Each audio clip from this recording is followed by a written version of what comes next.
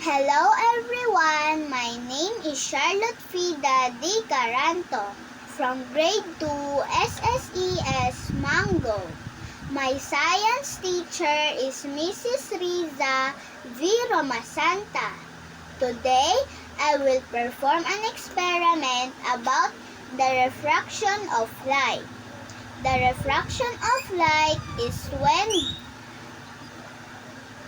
the bending of light rays as they pass from one medium to another, thereby changing the path of the rays.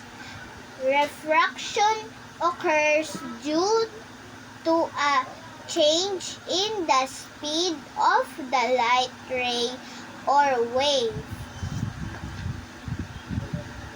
These are the materials that we need: 3 pencils, glass of water, plastic cup with water, and clear plastic bottle with water.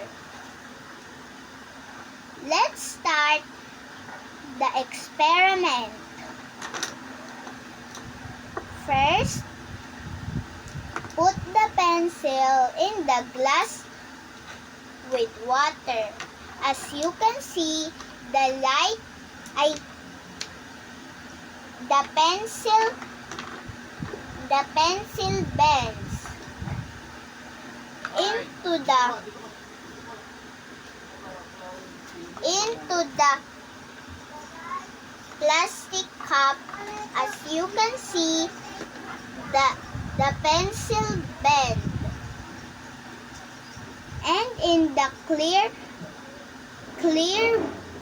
plastic bottle with water, as you can see, the pencil bends. Light refracts or bends because it changes speed as it moves from one transparent medium like air to another like water or glass at an angle, with the change in speed altering its direction. I hope you learned something. Thank you for listening.